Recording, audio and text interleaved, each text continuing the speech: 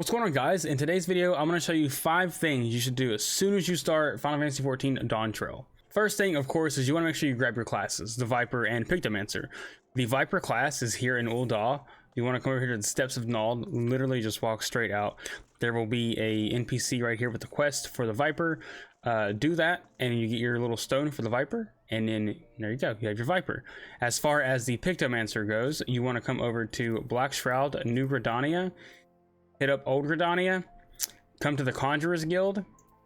Right here is the Pictomancer person. They have a quest for you, same as Viper. Do the quest, and then you have your Pictomancer. The next thing you're going to want to do is, while you're in Ul'dah grabbing your Viper job, is you want to go to the Savanu.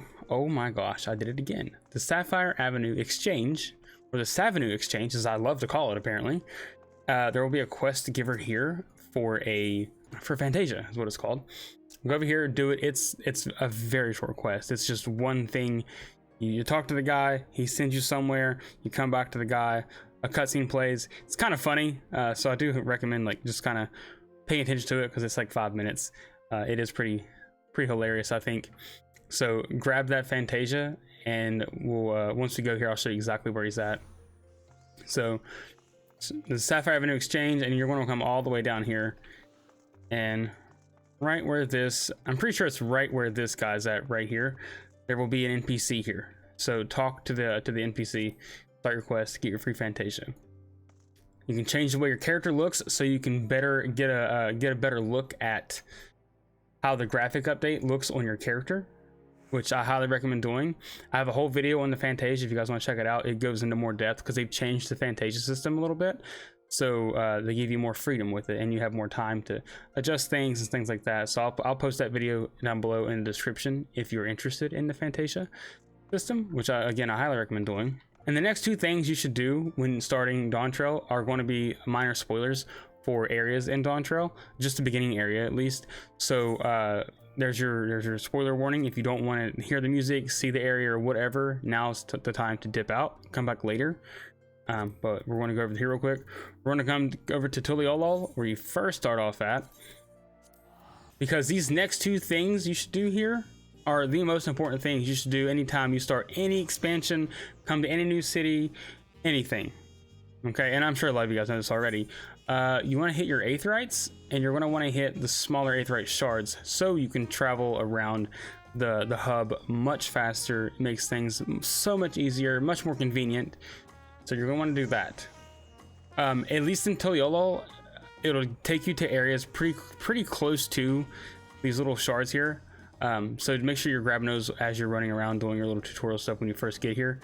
And then again, as you come into contact with other hubs, same thing. Always hit your Aetherite shards, hit your big Aetherite, and we can travel around so much faster, so much easier, man. It's a game changer. And while we're talking about traveling, the next most important thing you should do is, first, of course, make sure you have your Aether Compass. You're going to want this, okay? There's no currents nearby. Over here in Kaza Muwaka, I think is how you say that. These names are not good for me. I don't know them. Here, we'll go over here, actually. We'll just travel here real quick. So once you're like out in the open world and stuff, not in a hub, pop up your Aether Compass, and it'll tell you where you need to go for all your Aether Currents.